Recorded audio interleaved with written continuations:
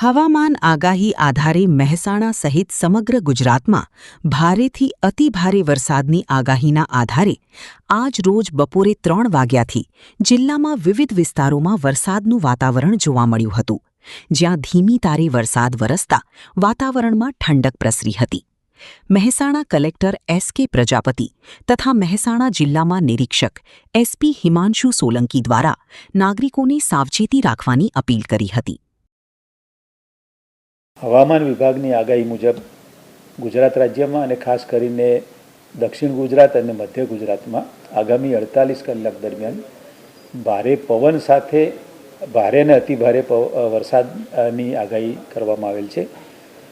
હાલની સ્થિતિએ ઉત્તર ગુજરાતની વાત કરીએ તો મહેસાણા કે બીજા કોઈ ઉત્તર ગુજરાતના જિલ્લામાં એવી કોઈ અત્યારે કોઈ આપણને આગાહી મળેલી નથી.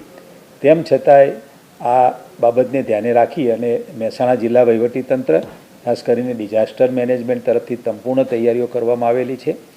તમામ તાલુકા મથકે કંટ્રોલ રૂમ ચાલુ છે. વર્ગ 2 કક્ષાના અધિકારીઓની ત્યાં પણ એક નોડલ અધિકારી કરી નિમણૂક કરેલ છે. એ જ રીતે જિલ્લાનો પણ કંટ્રોલ રૂમ અત્યારે આપણો ચાલુ છે. મેં અગાઉ કહ્યું એમ જિલ્લા કંટ્રોલ રૂમમાં 220, 222 અને 220, 299 નંબર ઉપર કોઈપણ વ્યક્તિ જિલ્લાના કોઈપણ ગ્રામ્ય વિસ્તારના કે શહેરી વિસ્તારના કોઈપણ ગામમાં નાનો મોટો બનાવ બને તો તાત્કાલિક અહીંયા કંટ્રોલ રૂમનો સંપર્ક કરવા હું બધાને અનુરોધ કરું છું. મહેસાણા જિલ્લાની વાત કરીએ તો મહેસાણા જિલ્લામાં પણ અતિભારે વરસાદની નહીં પરંતુ આગામી 48 કલાકમાં વરસાદની આગાહી છે. તે અનુસંધાને તંત્ર દ્વારા વહીવટી તંત્ર દ્વારા મહેસાણા જિલ્લામાં પણ અગમચેતીના તમામ પગલાં લેવામાં આવેલા છે. મહેસાણા પોલીસની વાત કરીએ તો તમામ પોલીસ સ્ટેશનમાં તમામ સ્ટાફને એલર્ટ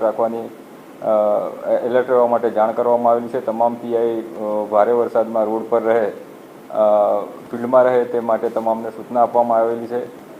કાંઠાના વિસ્તારો જ્યાં આગળ વરસાદ વધારે પાણી આવવાની શક્યતા છે ત્યાં આગળના નદી નાળા અથવા તો જે રોડ ઉપર પાણી ભરાવાની શક્યતાઓ હોય છે, પુલ છે, ત્યાં આગળ બેરિકેડિંગની વ્યવસ્થા થાય તે માટે સૂચના આપવામાં આવેલી છે.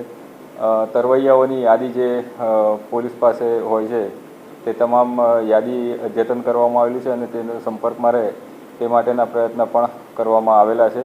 સહિત સમગ્ર ગુજરાતમાં હવામાન વિભાગની જે આગાહી છે તેના સંદર્ભે જે 3 વાગ્યા પછી જે આગાહીના આહવાન કરવામાં આવેલા હતા તે બાબતે અત્યારે તમે જોઈ શકો છો કે મહેસાણાની અંદર જે રાજમહેલ કેમ્પસ છે ત્યાં પણ તમારે જોઈ રહ્યા છો કે ધોધમાર વરસાદ ચાલુ થઈ ગયો છે.